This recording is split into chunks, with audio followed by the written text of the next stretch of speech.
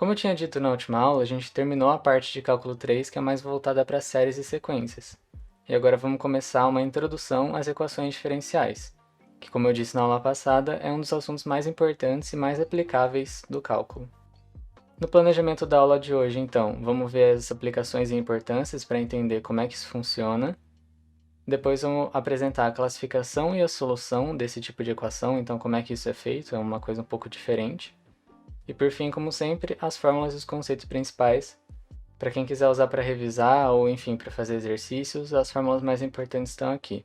É importante lembrar que se você está gostando do conteúdo do canal, você pode me ajudar divulgando, né, mandando para os seus amigos. Mas também pode fazer uma doação, não importa o valor, por menor que seja, a gente tem, né, vários métodos de doação que vão me ajudar a comprar mais material para poder consultar e produzir mais vídeos, a comprar equipamentos melhores para poder melhorar a edição, por exemplo, a gravação, enfim. Várias coisas que vocês podem me ajudar. Eu agradeço qualquer tipo de apoio, mesmo que seja só na divulgação. E, enfim, vamos começar a aula agora. Eu queria começar revisando alguns conceitos que são inconscientes, né? A gente trabalha com eles, mas às vezes não lembra desse nome, que é a variável dependente e independente. A variável dependente representa um valor que depende da variável independente. É até engraçado ler isso, né? Mas o que isso daqui significa? Uma função y que é igual a f de x, o y ele depende de x, né? O y está em função de x. Então a gente sabe que ele é a variável dependente e o x é independente. É um conceito básico isso que a gente está acostumado a trabalhar desde o cálculo 1 e até antes disso, no ensino médio, por exemplo, mas esses nomes vão aparecer várias vezes, então é bom relembrar eles. Uma equação algébrica também é um conceito bem básico, é uma equação com variáveis ou incógnitas que devem ser descobertas. Então, se eu tenho 2x mais 3 igual a 10, eu tenho uma equação algébrica em que o meu objetivo é descobrir o valor de x, que substituído aqui faz essa função funcionar, né? Essa equação funcionar. Isso é o que a gente sempre teve acostumado a trabalhar. Agora, nas equações diferenciais, a equação vai conter na sua estrutura uma função que seja desconhecida e uma ou mais das suas derivadas. De maneira simples falando, é uma equação que envolve derivadas. O objetivo vai ser descobrir a função que satisfaz a igualdade. Então, antes aqui, a gente queria encontrar o x, uma letra. Agora, a gente vai querer encontrar uma função. Por exemplo, se eu tenho uma equação diferencial y' é igual a xy, eu quero encontrar a equação y que, quando derivada, vai ser igual a x vezes y. Então, reparem que o meu objetivo aqui é encontrar a equação, a função y, não a letra, né? É uma função dessa vez. A gente já vai tratar também de maneiras de escrever essas equações de jeitos diferentes. Então, eu tenho duas representações aqui, com a derivada sendo esse tracinho ou sendo, né, uma derivada de y em x. Ambas as maneiras estão corretas, mas a gente já vai ver essas maneiras de escrever. Antes, vamos dar uma olhada nas aplicações e na importância desse tipo de conteúdo. Eu já disse várias vezes que ele é um dos principais objetivos de cálculo 3, e talvez a aplicação mais importante de todo o cálculo. Às vezes, no cálculo 1 e 2, a gente trabalha com algumas equações diferenciais sem ter noção disso, né? Então agora ela vai ser formalizada, formalmente apresentada para a gente. Elas são usadas para descrever e modelar matematicamente muitas situações e fenômenos naturais ou não de diversas áreas de estudo. Se vocês quiserem saber mais sobre essa parte de modelagem, recentemente eu entrevistei a minha professora de cálculo, Elaine, e ela falou bastante sobre isso, sobre o que é um modelo, sobre a importância dele. Então está aparecendo aí nos cards para vocês aqui em cima ou na descrição o link do vídeo para a entrevista, caso vocês se interessem. Enfim, um exemplo de aplicação desse tipo de modelagem é para analisar o crescimento populacional. Vamos começar definindo uma hipótese de que uma determinada população vai crescer baseada no seu tamanho. Por que isso? Porque quanto mais organismos, né, mais seres vivos eu tiver, mais reprodução vai acontecer e, consequentemente, mais crescimento a população vai ter. E com mais organismos, mais crescimento e mais organismos, enfim, forma um ciclo, né? Essa hipótese ela funciona só em um ambiente ideal. Então, se a gente tiver um meio ambiente limitado, né, recursos ilimitados, se os organismos tiverem uma nutrição adequada, se não tiver predadores e eles forem imunes a doenças. Então, tipo assim, é um ambiente perfeito.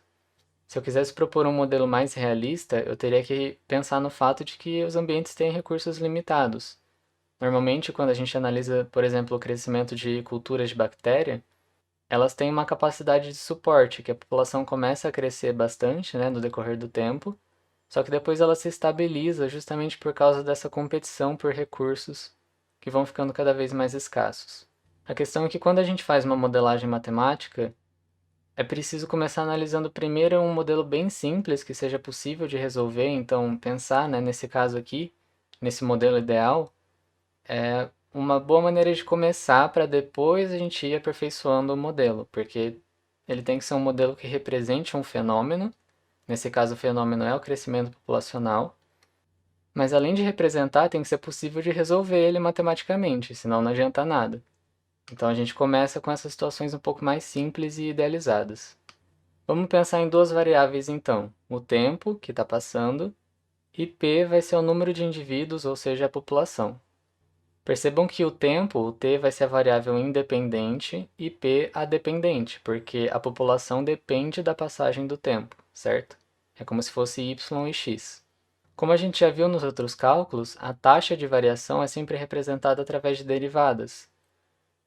Então, a taxa de crescimento de uma população ao longo do tempo vai ser definida como a derivada de p em t, certo? Isso daqui é a taxa de crescimento, igual a k vezes p. Por que tem esse k e esse p? O k é uma constante de proporcionalidade, vai ser um número, né, que a gente não sabe ainda, porque como a gente discutiu, quanto maior for a população, mais rápido ela vai crescer. Então, né, quanto mais tempo for passando, mais rápido esse crescimento vai acontecendo, ele vai ser meio que exponencial. Para isso a gente precisa dessa multiplicação aqui no número de indivíduos. Mas enfim, não se preocupem muito com a resolução ou se isso daqui está certo ou não. O que importa é que a gente tem uma modelagem matemática inicial, que é essa equação aqui.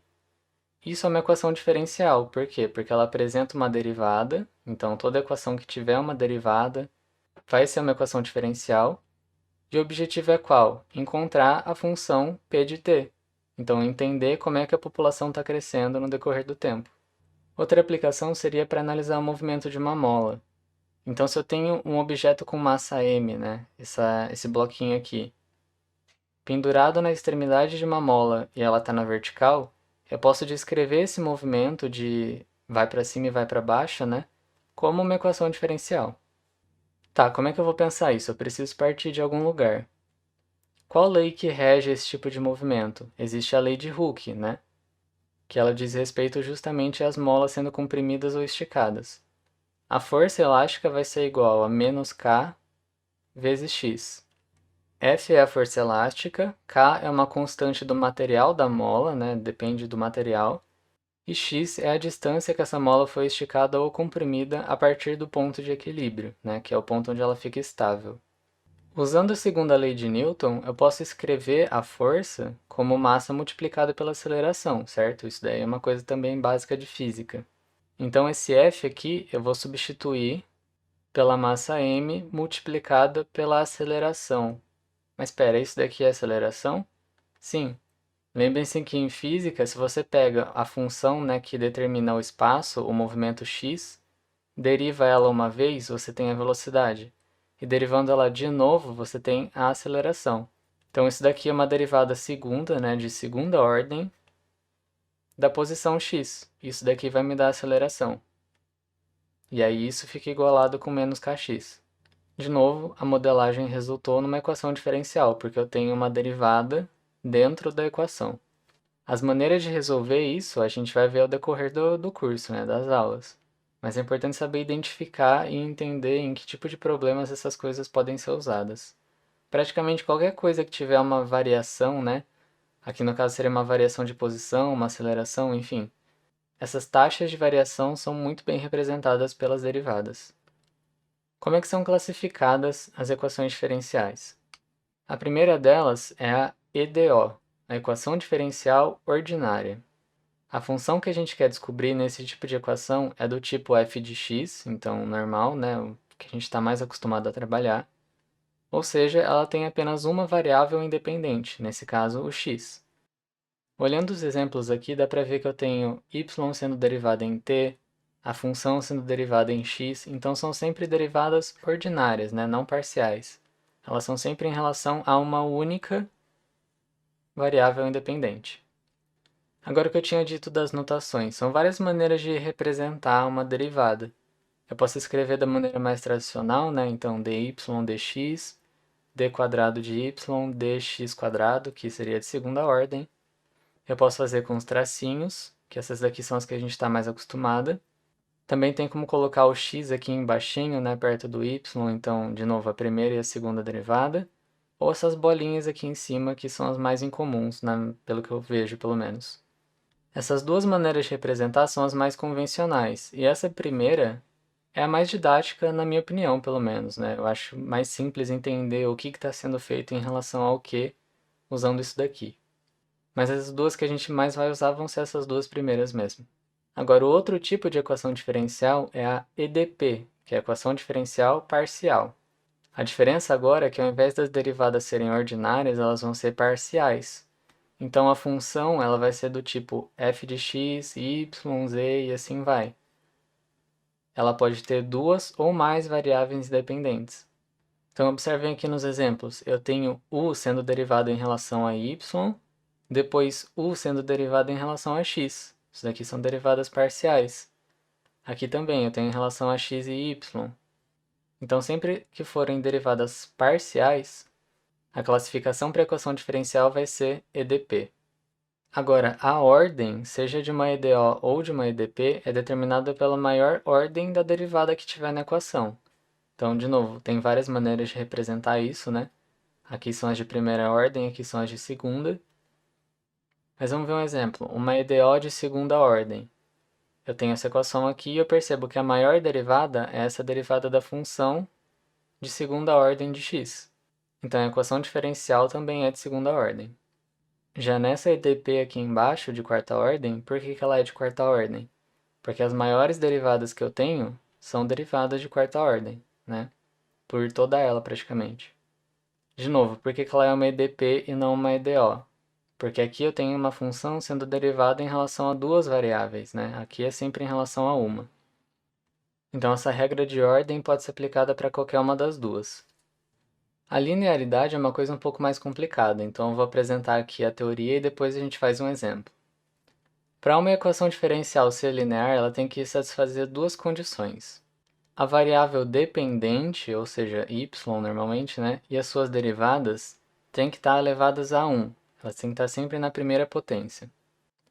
Os coeficientes que estão multiplicando a variável dependente, ou seja, o y, né, e as suas derivadas, devem depender de apenas uma variável independente.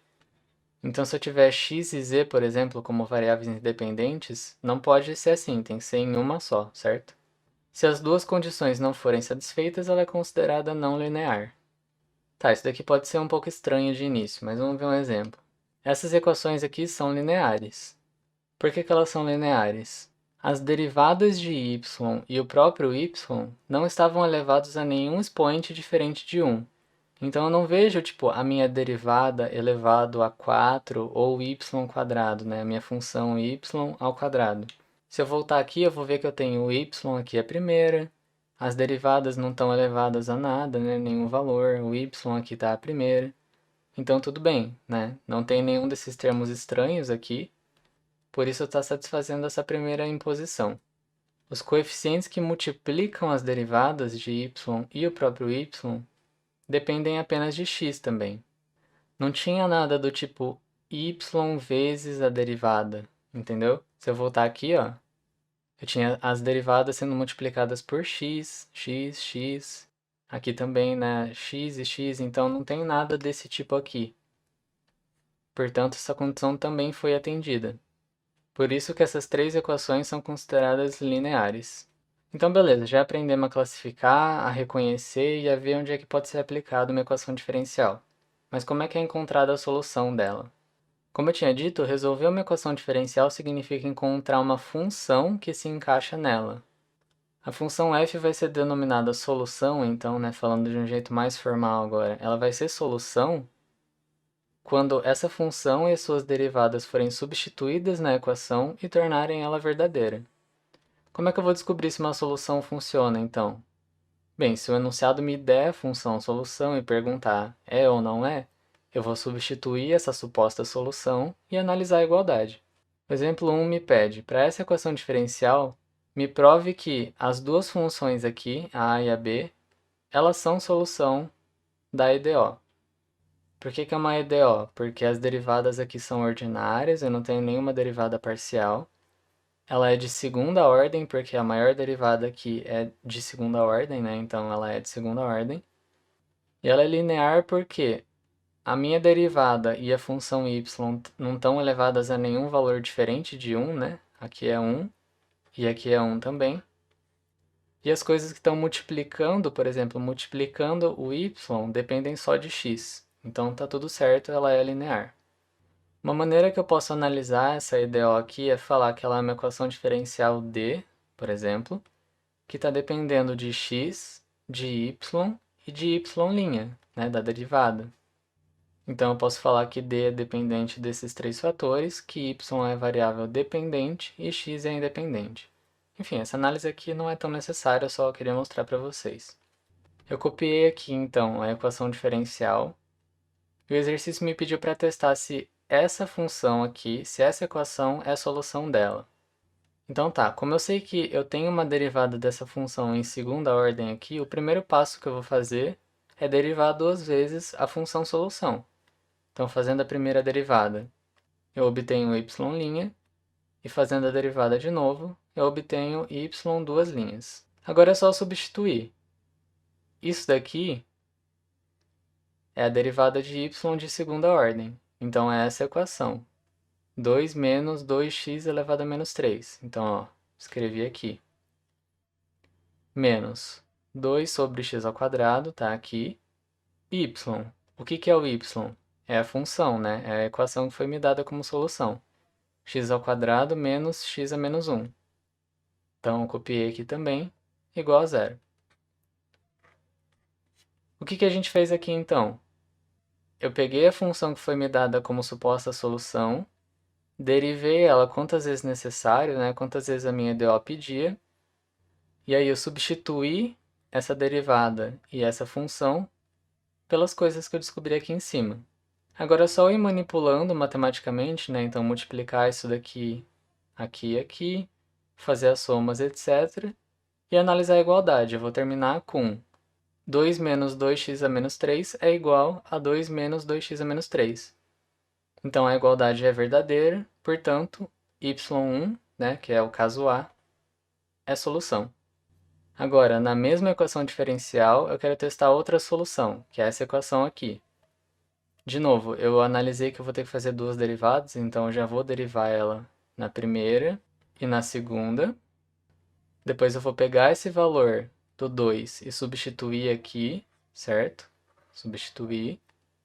E agora a função y eu vou substituir aqui também. É exatamente a mesma coisa que a gente fez ali atrás. Eu vou ficar então com 2 menos 2 igual a zero, ou seja, 0 é igual a zero, a igualdade é verdadeira. Portanto, o caso B, né, o meu y2, a minha função solução da letra B, também é a solução.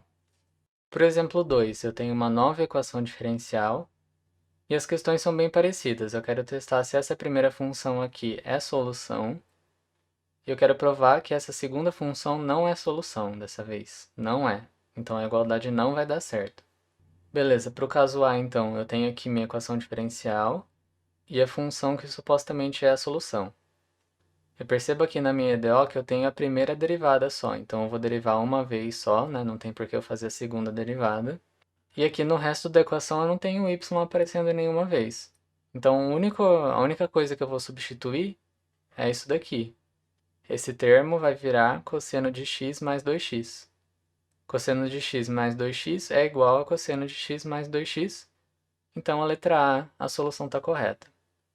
Para a mesma equação diferencial, eu quero testar uma outra solução agora, 3 senos de x. De novo, eu vou derivar uma vez só, e aí eu vou substituir essa derivada aqui. Manipulando essa equação, eu fico com cosseno de x igual a x. Isso pode até ser verdade para algum ângulo, mas nem sempre é verdade, não vale para todos os ângulos. Então essa igualdade aqui é falsa. Por isso, essa função 2 que a b me ofereceu não é a solução da equação diferencial. Percebam que só foi possível fazer esses dois exemplos porque o enunciado nos forneceu as soluções e pediu para testar. Nas próximas aulas vão ser basicamente de avaliar métodos de encontrar essas soluções para cada tipo de equação que a gente viu. E vão ser vários métodos, né? Então vão ser várias aulas, podem acreditar, tem bastante coisa para fazer. Para finalizar, vamos ver então as fórmulas e os conceitos principais da aula de hoje. Foi o conceito do que é uma equação diferencial, o que é uma equação diferencial ordinária e uma equação diferencial parcial, as diferentes notações que tem, né, para escrever uma derivada. Então, se vocês encontrarem qualquer coisa desse tipo aqui, vocês já sabem que é a derivada da função y. Analisamos também a ordem, a linearidade e o que é uma solução, né? Não sabemos encontrar ainda a solução, mas quando a gente aprender a encontrar, já sabemos como conferir se é uma solução mesmo ou não. Então a aula chega ao final, espero que tenha dado para entender essa introdução ao assunto. É uma matéria bem densa, como eu disse, vão ser vários métodos para resolver, mas vai ser bem interessante, eu gosto bastante dessa parte da disciplina. E eu tenho uma playlist chamada de Cálculo Aplicado, que eu vou futuramente, né, já deve existir, dependendo de quando você estiver vendo esse vídeo. Eu vou fazer vários vídeos de modelagem matemática, mostrando aplicações, né, na vida real. Então você pode entrar no canal, procurar essa playlist. E caso você se interesse, obviamente, por esse tipo de conteúdo, né, se você não odiar cálculo, você vai gostar dessa matéria. Então é isso, vejo vocês na próxima aula e obrigado pela atenção.